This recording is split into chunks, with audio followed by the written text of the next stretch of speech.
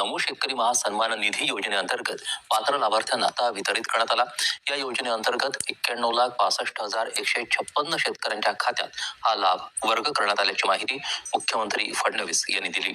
या शेतकऱ्यांच्या खात्यामध्ये 1800 शेतकऱ्यांचा लाभ होणार असून त्यासाठी एकूण 1,892 कोटी रुपये निधी जमा करण्यात आल्याचं राज्यभरातील शेतकऱ्यांसाठी आजच्या दिवसभरातील महत्त्वपूर्ण झटपट आणि ठळक बातम्या। शेतकरी मित्रांसाठी अत्यंत महत्त्वपूर्ण निर्णय घेण्यात आला असून शेतकरी मित्रांसाठी नमो शेतकरी योजना व पीक विमे संबंधित महत्त्वपूर्ण असं अपडेट आलेलं आहे। त्याचप्रमाणे कर्जमाफी संबंधित शासनाने निर्णय घेतला असून शेतकऱ्यांना मोठा दिलासा देण्याचा प्रयत्न केला आहे। त्यामुळे फक्त आता व्हिडिओला शेवटपर्यंत बघत चला।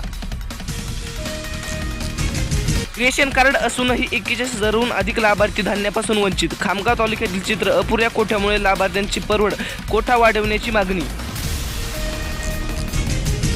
2 महिन्यात सोयाबीन निर्यातीला 38% वाढ। सद्यस्थितीला पाहायला गेलं तर सोपाचा अंदाज संपूर्ण हंगामातील मात्र निर्यातीचा टक्का घसरणार।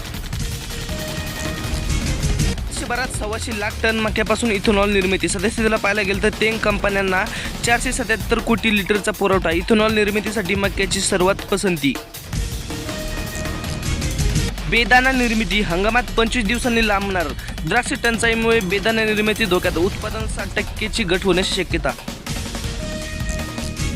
कीटकनाशकांची किमतीत वाढ। फवारणी ही मागणी। शेतकऱ्याच्या आर्थिक नियोजनावर परिणाम।